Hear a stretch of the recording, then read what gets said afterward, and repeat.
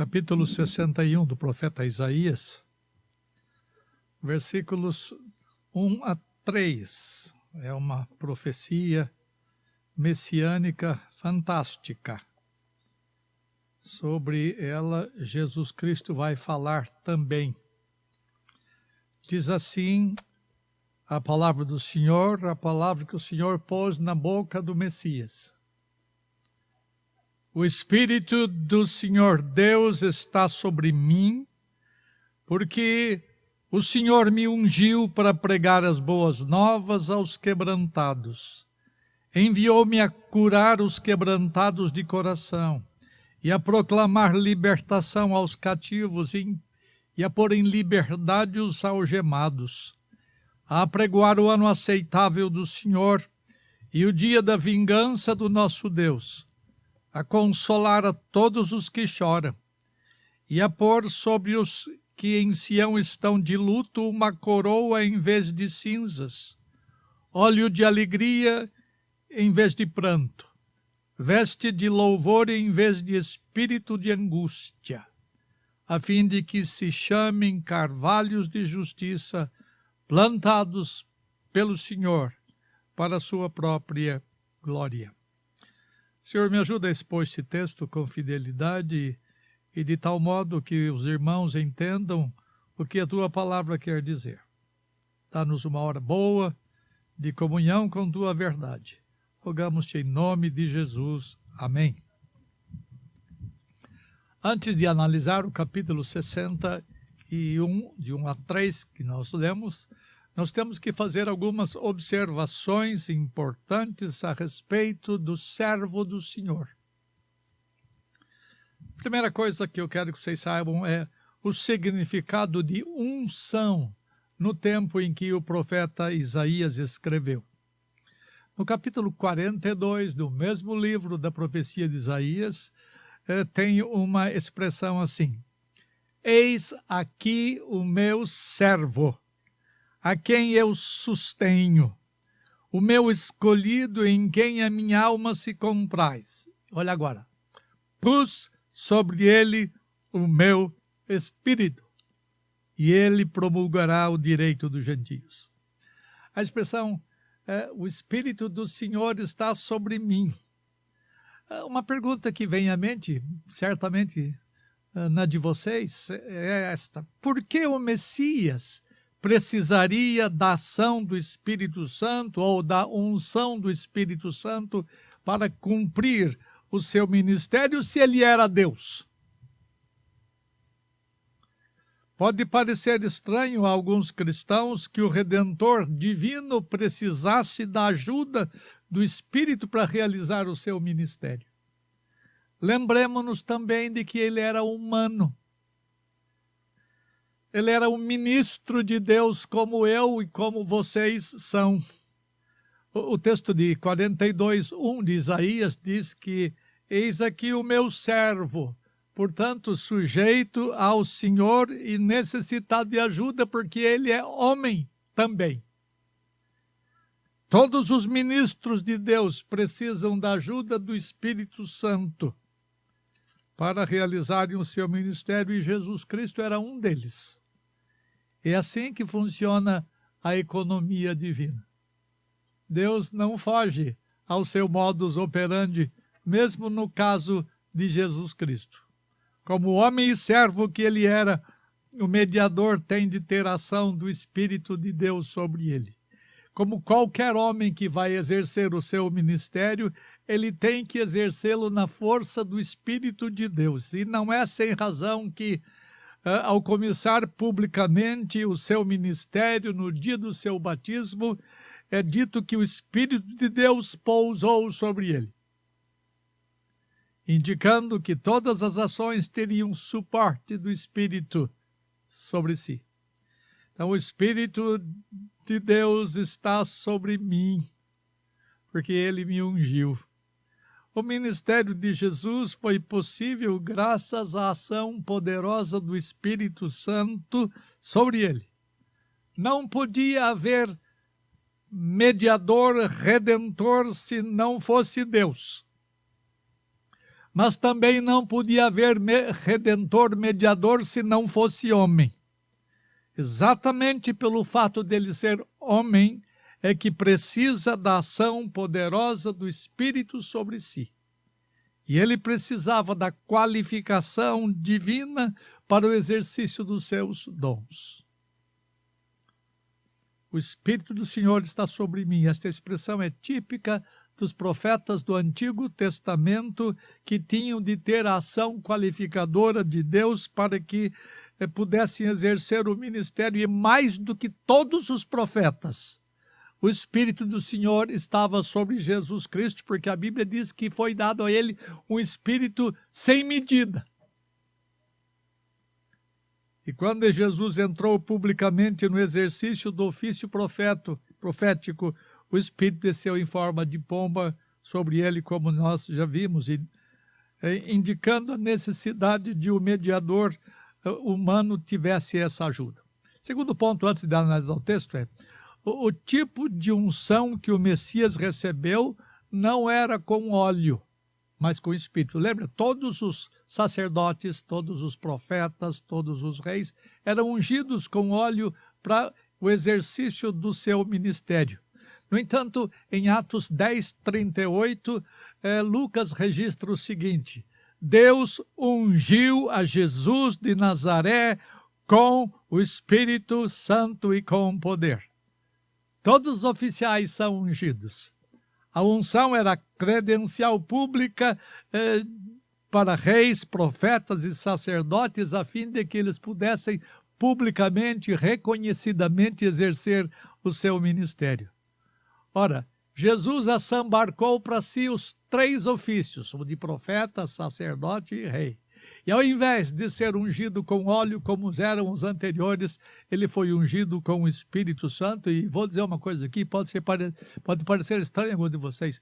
Nenhum de nós foi ungido com o Espírito Santo como Jesus. Só Jesus foi ungido com isso. Pode procurar na Escritura, você não vai achar. Nós somos ungidos de uma outra maneira, quem sabe numa próxima vez eu mexa com isto. Nós fomos ungidos com a verdade de Deus, ungidos com a palavra de Deus. Mas o Espírito Santo foi o que agiu em Jesus Cristo somente. Então, vamos começar a análise do capítulo 61, do 1 a 3.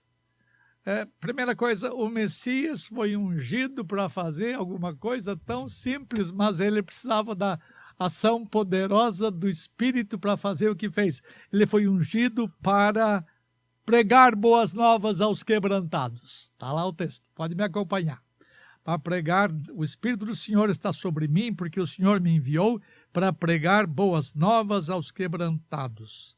O Messias diz com todas as forças de sua alma uma verdade que não é muito bem compreendida pelos filhos de Deus. Então, Deus o havia enviado para proclamar boas novas. E você sabe muito bem que a palavra boas novas, basar, no hebraico, dependendo do contexto, significa trazer boas novas de vitória. Quando havia batalhas em Israel, quando a batalha terminava, vinha correndo o mensageiro e gritava, basar, boas novas, que quer dizer vitória do Senhor para nós. Mas em alguns lugares, e é o caso do texto nosso aqui, boas notícias têm a ver com redenção de pecadores. A Septuaginta, que é a tradução grega do Antigo Testamento, traduz o verbo basar, do hebraico, para o grego euangelizo, quer dizer, evangelizar. O Novo Testamento também traduz ou coloca essa mesma palavra, euangelizo. Ao citar Isaías 61:1, Jesus disse que o Espírito de Deus está sobre mim para evangelizar. As boas novas devem ser proclamadas àqueles que estão quebrantados, porque o pecado empobrece os homens de todas as maneiras, especialmente na interioridade deles. Segunda coisa, o Messias foi ungido para pregar boas novas aos quebrantados de coração. Isso aqui é significativo. Quando falamos em pobres, sempre nós nos reportamos aos que não possuem dinheiro, aos que não possuem casa própria, etc, etc. Entretanto, a referência de Isaías 61:1 é a pessoas que são quebradas lá por dentro do coração. E se você quiser me seguir aqui, tem uma leitura extraordinária onde Jesus Cristo cita quase que ipsis literis esta citação de Isaías. Lucas 4, rapidinho, se vocês puderem seguir. Jesus, e é uma passagem extraordinária. Jesus estava em Nazaré e ele foi numa sinagoga, capítulo 4, versículos 16 em diante. Indo para Nazaré, onde fora criado, entrou Jesus num sábado na sinagoga e, segundo o seu costume, ele levantou-se para ler a Escritura. Então lhe deram o livro do profeta Isaías e, abrindo o livro, achou o lugar onde estava escrito. E agora ele cita, embora não ipsis literis, mas quase, o texto que nós lemos agora há pouco. O Espírito do Senhor está sobre mim, pelo que me ungiu para evangelizar os pobres. Enviou-me para proclamar libertação aos cativos, restauração da vida aos cegos, para pôr em liberdade os oprimidos e apregoar o ano aceitável do Senhor. E tendo fechado o livro, devolveu-o ao assistente e sentou-se. Todos na sinagoga tinham os olhos fitos nele. Então Jesus, com a coragem que lhe era peculiar, disse-lhes: hoje, o que Isaías disse se cumpre em mim. Eu sou o Messias. Eu sou o ungido de Deus. É interessante você perguntar quem são os quebrantados de coração. Jesus pega o texto de Isaías que fala de quebrantados ou quebrados ou jogados ao pó. Ele fala assim: eu evangelizei os pobres. E ele traduz em 2 lugares isto como referindo-se aos pobres. Discípulos de João uma vez chegaram para Jesus, no tempo em que João estava numa situação muito desconfortável. A dúvida pairou em alguma medida no seu coração. Ele disse: vai lá para ele e pergunta se é ele mesmo aquele de quem eu falei. E eles falaram: és tu aquele que haveria de vir ou devemos esperar outro? Jesus falou assim para eles, para os discípulos de João: olha, diga lá, os surdos ouvem, os cativos são libertos, aos pobres prega-se-lhes o evangelho. 2 vezes ele usou a expressão pobres para explicar quebrantados.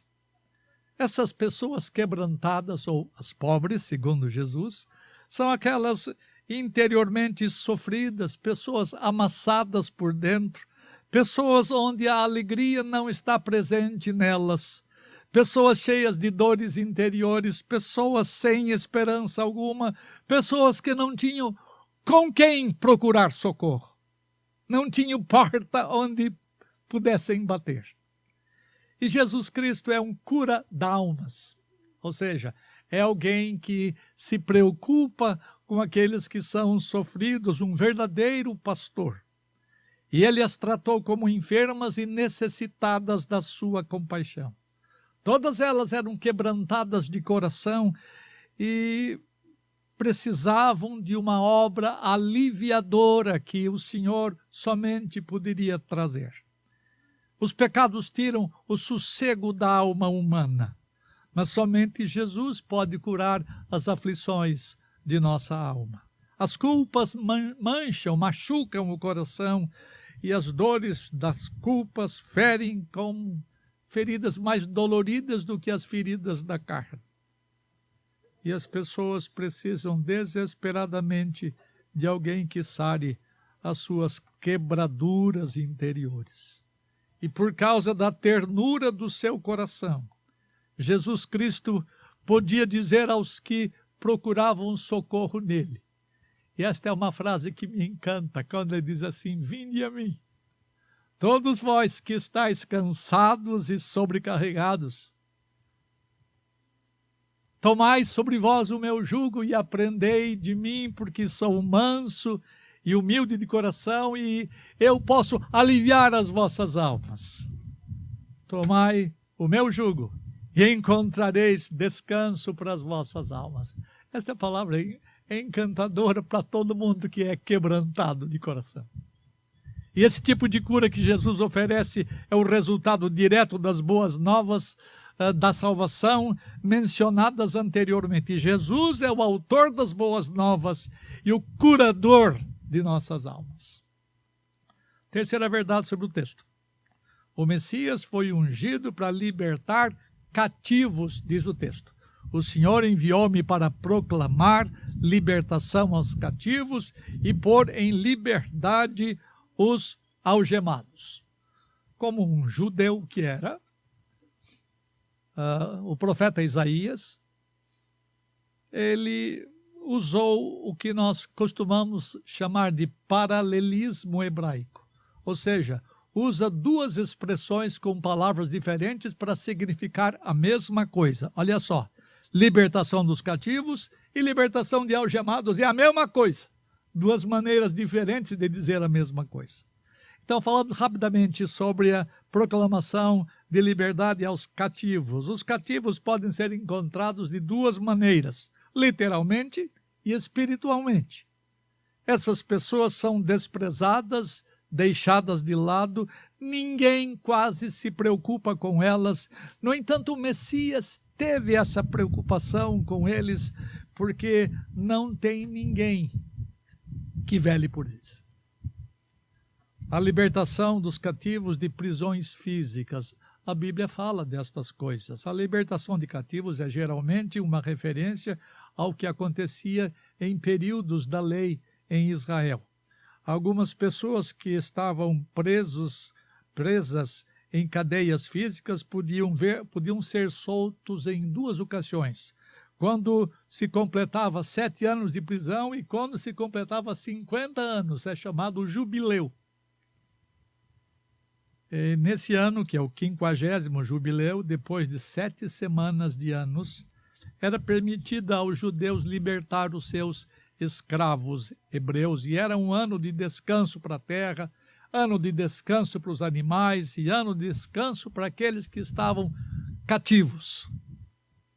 Eu não sei se o Messias tinha esse tipo de soltura de cativos físicos, das prisões físicas em mente, mas de qualquer forma ele tinha grandes preocupações com aqueles que estavam de alguma forma cativos da escravidão, ou em cativeiro de escravidão. A essas pessoas era permitida a liberdade para voltarem a plantar, voltarem a cultivar a própria terra, e não a terra dos outros mais como escravos que eram. O ano do jubileu era o ano da liberdade. Entretanto, parece-me a mim que a libertação da qual o Messias fala no texto de Isaías e no texto de Lucas 4 é uma libertação de conotação mais espiritual, ainda que não despreze a física. A libertação dos cativos de prisões espirituais. Há vários ministérios cristãos nos Estados Unidos, aqui no Brasil, que tratam de pessoas que estão presas nas prisões. E alguém tem que ir até eles para pregar as boas novas, não necessariamente para eles serem soltos das suas prisões físicas, mas para que eles sejam soltos das suas prisões espirituais. No meu tempo de adolescente e de moço, nós íamos lá em Votorantim à prisão para pregar às pessoas o Evangelho de Cristo. É verdade que eu nunca soltei ninguém, porque não era a minha função, era da justiça, mas eu queria que eles saíssem de alguma escravidão espiritual em que se encontravam. E há grandes ministérios no mundo sobre esta matéria. Se são soltos da prisão física, então nós, os crentes, temos o dever de ajudá-los a se ajustarem na sociedade novamente. É parte da pregação das boas novas, essas providências divinas. proclamação de liberdade aos algemados. Jesus Cristo, por excelência, é o libertador daqueles que têm algemas. E a boa nova do Evangelho é exatamente essa: libertar homens dos cativeiros, sejam eles quais sejam. A libertação do cativeiro e da algema pode ter tido um cumprimento imediato nos tempos do rei Ciro, libertador de Israel, que veio e tirou do cativeiro o povo de Israel, que estava preso lá na Babilônia, o cativo na Babilônia. Mas parece-me que esse texto é uma referência maior ao Messias, o servo do Senhor, e a ele foi prometido ser o libertador do povo do cativeiro de alguma coisa que é mais do que simplesmente algemas físicas. A única maneira de Jesus libertar o povo de suas algemas era pagar o preço do pecado no lugar deles. Foi essa exatamente a missão de Jesus Cristo. Ele foi enviado para homens, para pô-los em liberdade.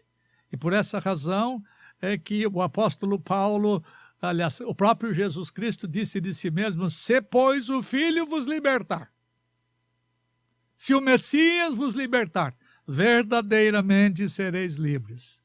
E Paulo complementa o assunto olhando essa matéria do ponto de vista dos libertados. Ele fala assim: agora, pois, e Paulo está no meio disso, agora, pois, nenhuma condenação há para aqueles que estão em Cristo Jesus, porque é Ele que pode nos libertar. Uma quarta coisa do texto: o Messias foi ungido para pregar salvação e, ao mesmo tempo, pregar condenação. Olha o que diz o verso 2. O Senhor enviou-me para apregoar o ano aceitável do Senhor e apregoar o dia da vingança do nosso Deus. A proclamação da palavra de Deus é para dois tipos de pessoas: os remidos e os ímpios. A palavra de Deus vem para pessoas do lado de cá e para pessoas do lado de lá. A proclamação não é unilateral. Ela tem como alvo os dois grupos que são opostos entre si. Apregoar o ano aceitável do Senhor. A expressão grega aceitável, chatzá, pode ser traduzida como ano favorável, tempo aceitável, ano em que o Senhor tem prazer, em que o Senhor tem deleite, que o Senhor demonstra favor, que o Senhor nos aceita. Esse ano aceitável é o tempo, o ano do seu favor. Em outras palavras, é o tempo em que as bênçãos pactuais são colhidas pelo povo de Deus. E há mais do que 365 dias e 6 horas. É um tempo longo e nós desfrutamos desse ano aceitável do Senhor. Isaías 49, se você quiser acompanhar-me, 8 a 9, e o verso 13 diz assim, Isaías 49, 8 e 9, e o verso 13. Diz ainda o Senhor: no tempo aceitável, olha a linguagem, no tempo aceitável eu te ouvi, e eu te socorri no dia da salvação. Tempo aceitável e tempo de salvação são sinônimos. Guardar-te-ei e te farei mediador da aliança do povo para restaurares a terra e lhe repartires as herdades assoladas, para dizeres aos presos: saí, e as que estão em trevas surjam, apareçam. Eles pastarão nos caminhos e em todos os altos desnudos terão o seu pasto. Então ele fala assim, verso 13, cantai, ó céus, alegra-te, ó terra, e vós, montes, rompei em cânticos, porque o Senhor consolou o seu povo, e dos aflitos o Senhor se compadece. A pregação de libertação aos cativos é o tempo em que Deus traz pecadores à liberdade por meio de Jesus Cristo. E este é a profecia do ano aceitável. É o tempo da oportunidade. É o tempo da salvação. E este tempo está funcionando porque é o tempo da livre graça de Deus na redenção de pecadores. Hoje ainda é tempo de boas novas. O tempo em que Deus anda trazendo pessoas a Jesus Cristo, e alguns de vocês foram trazidos a Jesus Cristo muito recentemente, participaram do ano aceitável.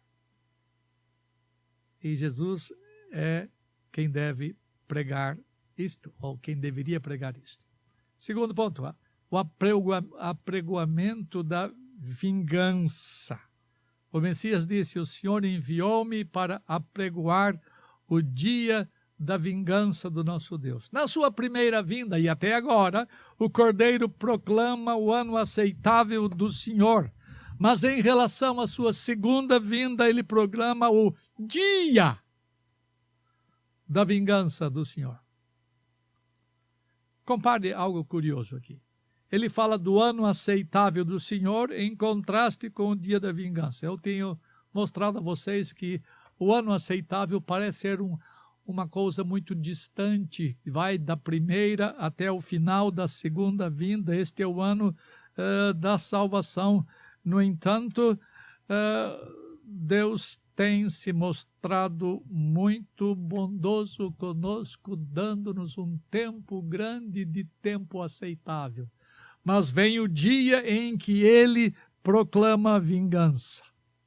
E é só um dia, mas é suficiente para fazer tudo o que ele tem que fazer em termos de vingança. Aquilo que nós sempre quiséssemos que ele fizesse, vai acontecer nesse dia da vingança do nosso Senhor. Cristo proclama a guerra contra os seus inimigos. E todos os que são pecadores e não recebem as boas novas de salvação, rejeitam a pregação da palavra, haverão de ouvir a dureza dessa mensagem de vingança.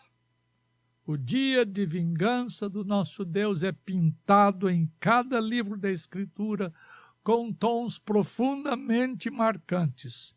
Jesus Cristo, pois, é o anunciador de duas mensagens, uma de vida, outra de morte, uma de esperança, outra de desesperança plena, uma de salvação e outra de perdição. Aquele que recebe a Cristo, crê na palavra dele, tem o desfrute da vida, enquanto que aqueles que rejeitam a pregação da palavra, e são muitos em nossa geração, eles vão receber a manifestação da vingança do nosso Deus. Quinta coisa, o Messias foi ungido para a consolação do povo. Verso 3, o Senhor enviou-me para consolar todos os que choram. De que jeito? Pondo sobre Sião, aqueles que estão de luto, uma coroa ao invés de cinzas, pondo óleo de alegria em vez de pranto, pondo veste de louvor em vez de espírito de angústia. Eu estou seguindo exatamente a ordem do texto. Primeira coisa, o Senhor enviou-me para consolar todos os que choram.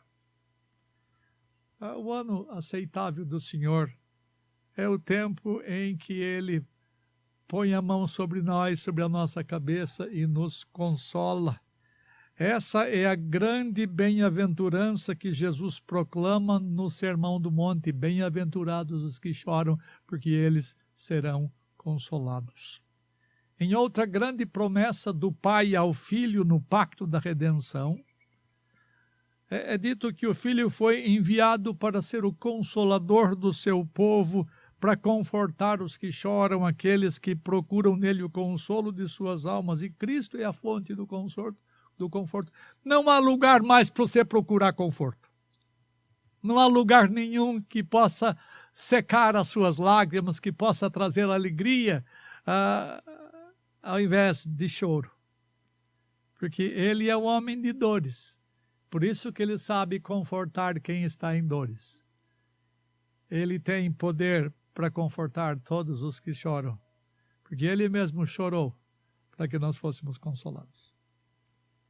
O pecado produz dor, pesar e aflição, e só Jesus pode consolar aqueles que choram seus pecados, restaurando-lhes a alegria, a paz Segunda coisa, o Senhor me enviou para pôr os que estão em Sião de luto uma coroa em vez de cinzas. A expressão sobre os que estão em Sião é indicativa de povo de Deus, que são os depositários da graça divina, das bênçãos espirituais conquistadas por Jesus Cristo. Eles são os quebrantados que nós mencionamos agora há pouco. A esses Cristo tem trazido o seu evangelho de consolação para suas perdas e infortúnios. Ele usa uma expressão que não é conhecida no nosso linguajar evangélico. É coroa em vez de cinzas. Era comum entre os hebreus colocar-se sobre cinzas em tempo de sofrimento e dor. É só você ler Jó, que você vai ver que Jó ajoelhou-se sobre cinzas. Era sinal de mostra de dor. É o significado de descer ao pó e às cinzas. Uma expressão que revela a prostração daquele que anda em sofrimento. No entanto, ele veio para botar coroa ao invés de cinzas. Coroa é o ornamento dos vitoriosos. Mesmo que por um tempo eles venham a sofrer. Quando o enviado de Deus vem sobre eles, não somente eles têm secadas as suas lágrimas, mas eles são colocados numa posição gloriosa. Pois a coroa colocada sobre eles indica a vitória sobre o sofrimento e a beleza que eles passam a ter, então. Aliás, uma das figuras das pessoas nos céus e na nova terra é que elas ficam diante do trono, em pé, com palmas nas mãos e coroa nas cabeças, indicando vitória. Terceira coisa, o Senhor enviou-me para colocar óleo de alegria em vez de pranto. Jesus Cristo torna o pranto deles em alegria. Não há coisa mais gostosa do que se pensar nisto. Jesus Cristo faz brilhar a face deles. Ao invés de pranto, eles são revestidos de alguma coisa inexplicável que acontece interiormente, fazendo com que eles tenham algum tipo de gozo que é impossível no meio da enfermidade, no meio do sofrimento, no meio da quebradura. Mas Deus faz a alegria nascer no coração das pessoas. O sofrimento físico desfigura o rosto. É o que a Bíblia diz. Por essa razão que era dito de Jesus Cristo, o Messias, que não havia nele nem aparência, não havia nele nem formosura, nenhuma beleza havia nele que nos agradasse, porque ele foi amassado por Deus. Ele foi deixado de lado por Deus, a fim de que nós pudéssemos receber essa alegria como produto do penoso trabalho da sua alma. É dito aqui que Jesus Cristo traz nova aparência a eles, trazendo-lhes doce alegria de volta. O óleo de alegria é o símbolo do gozo que o próprio Jesus recebeu como nenhum outro ser humano recebeu. Mas os seus irmãos, nós, recebemos em algum grau, em alguma medida, a mesma alegria que ele recebeu. E ele pode dar essa alegria para o seu povo, porque ele próprio é revestido dela. Quarta coisa. O Senhor enviou-me para pôr veste de louvor ao invés de espírito de angústia. Tudo isso aqui é boa nova. Tudo isso aqui é evangelium. Tudo isso é coisa que os homens precisam receber. Você já foi objeto desse evangelho. E esse evangelho foi descido ao seu coração, foi internalizado pela graça divina. E você não é capaz de avaliar isto? Você não é capaz de ver como é que você era antes? Quais eram as suas sensações? Quais eram os seus sentimentos outrora? Quais eram as suas indisposições com Deus outrora? E hoje você tem alegria. Você tem louvor na sua boca. Esta última expressão, veste de louvor em vez de espírito de alegria, que a última expressão parece-me a forma mais alta de consolar. Perceba que as expressões vêm em ordem crescente, indicando cada vez mais o conforto que o Filho de Deus traz. E essas vestes de louvor são usadas nas mais profundas expressões de fé do povo, nas horas de adoração.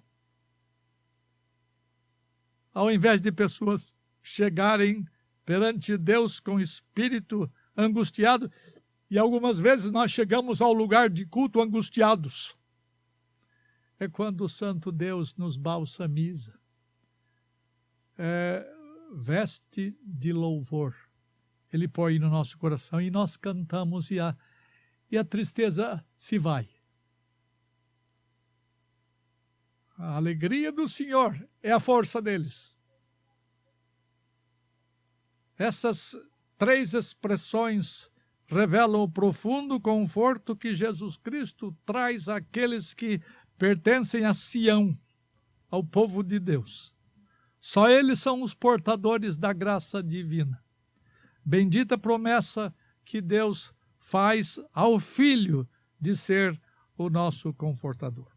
O último ponto nosso aqui diz que o Messias foi ungido com um propósito maravilhoso, no final do verso 3. O Senhor me ungiu para que os remidos se chamem carvalhos de justiça, plantados pelo Senhor, para a glória do Senhor. Remidos são carvalhos de justiça. Nenhum de nós chega para o outro e fala assim, carvalho de justiça, vem cá fazer oração. Porque não é linguagem nossa, não é parte da nossa cultura teológica, mas era comum lá. Os carvalhos de justiça são uma referência aos crentes que vivem neste tempo entre o ano aceitável da primeira vinda e o dia da vingança. Ele fala que esses carvalhos de justiça, em inglês aparece muita expressão árvore de justiça. Os carvalhos de justiça são plantados pelo Senhor. Isso aqui que é muito belo. As árvores de justiça existem no jardim de Deus porque elas foram plantadas por Deus lá no primeiro jardim. E as coisas que diz respeito ao jardim definitivo, ao novo céu e à nova terra. Plantas, árvores nunca nascem e crescem sozinhas. Elas sempre têm que ser plantadas por alguém de fora delas próprias. Assim como Deus plantou um jardim lá no Éden, assim também Deus planta no jardim da redenção os carvalhos de retidão, preparados para desfrutar a vida eterna. Lembra, a árvore é sinônimo daquilo que dura, daquilo que atravessa os séculos. Nós temos em nossos lugares por aí árvores de milênios. Então, ser carvalho plantado por Deus é permanecer para sempre. É interessante que a expressão plantados pelo Senhor indica que a salvação procede do Senhor e do Senhor somente. É uma expressão, gostando do termo ou não, é uma expressão discriminadora de Deus. Deus resolve quem ele vai plantar para ser carvalho de justiça. Só o Senhor é capaz de plantar alguma coisa que seja expressão da sua justiça. Justiça pode entender como retidão. Plantar carvalho de justiça é uma prerrogativa divina. O apóstolo Paulo, falando da redenção, pergunta, só escuta. 1 Coríntios 3, olha só. Quando, pois, alguém diz, eu sou de Paulo, outro reivindica, eu sou de Apolo, e outro ainda, mais piedoso, eu sou de Cristo. Apolo então pergunta, quem é Apolo e quem é Paulo? Apenas servos, por meio de quem crestes, E isto conforme o Senhor concedeu a cada um. Eu plantei, Apolo regou, mas se não houvesse ação divina, nada adiantaria, nada cresceria, mas o crescimento vem de Deus. De modo que nem o que planta, nem o que rega é coisa alguma, mas Deus que dá o crescimento. Portanto, o nascimento e o crescimento de uma árvore de carvalho de justiça vem do Senhor, seja na esfera do reino natural, seja na esfera do reino espiritual. Terceira coisa e última, os carvalhos de justiça devem ser para a glória do Senhor. Referindo-se ao tempo do estabelecimento do novos céus e da nova terra, onde estará o jardim restaurado de Deus, o paraíso de Deus, veja o que esse danado do profeta Isaías fala. Ele tem muita coisa boa. Isaías é o Evangelho. Ele ensina a essência do Evangelho, da obra divina. Capítulo 60, 21, ele diz assim, capítulo 60 de Isaías, verso 21. Todos os do teu povo serão justos, ou seja, serão carvalhos de justiça. Todos os do teu povo. Para sempre herdarão a terra. Davi, se você acha isso aqui bonito, você não sabe, e eu não sei, quão bela será a terra em que os carvalhos de justiça todos terão a sua vida renovada. O texto fala, serão renovados por mim plantados. Olha o texto que fala, serão renovados por mim plantados, obra das minhas mãos, para que eu seja glorificado. É o ensino exato que ele dá no capítulo 61, no capítulo seguinte. Deus faz todas as coisas para a sua própria glória. Mas esse fato é visto de um modo especial na redenção de pecadores. Essa glória que lhe pertence, digo, não é repartida com ninguém, porque é um direito da divindade reivindicar o que é seu. E a glória de todas as coisas da redenção pertence ao Senhor. Algumas palavras finais. É o seu propósito, irmãos da IPP, é o seu propósito refletir a glória de Deus. Então é bom começar a pensar em algumas coisas. Primeiro, como o Messias, comece a proclamar as boas novas aos quebrantados. Isso você pode fazer. Você não precisa ter dose especialíssima do Espírito Santo para fazer isto. Nós somos chamados e dotados para expor a verdade de Deus. Segunda coisa, como o Messias, procure pessoas que estão quebrantadas de coração. E na igreja tem gente quebrado por dentro. Na igreja tem gente que precisa de uma palavra estimuladora, de uma palavra encorajadora. Você pode fazer isso. No começo de nossa igreja, há uns 12 anos atrás, nós pensávamos o seguinte, a nossa igreja devia ser uma igreja que praticasse o aconselhamento. E nós temos perdido um pouco esta visão e que vocês devem trazer de volta. Procure quebrantados que você vai achar. Não é muito difícil encontrar gente machucada por dentro. Terceira coisa.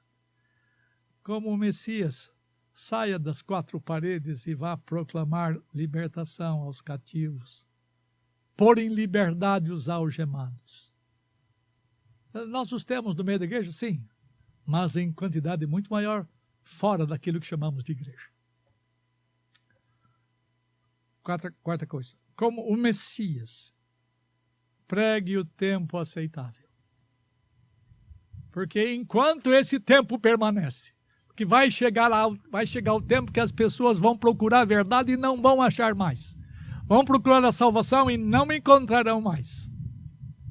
Então é tempo de nós pregarmos o tempo aceitável. E também não tenha temor algum de pregar o juízo de Deus. Não tenha temor. Aqueles que rejeitam a pregação da palavra, aqueles que rejeitam o evangelho, anuncie redenção para eles. Mas anuncie perdição para eles, caso eles não venham a se apossar da verdade.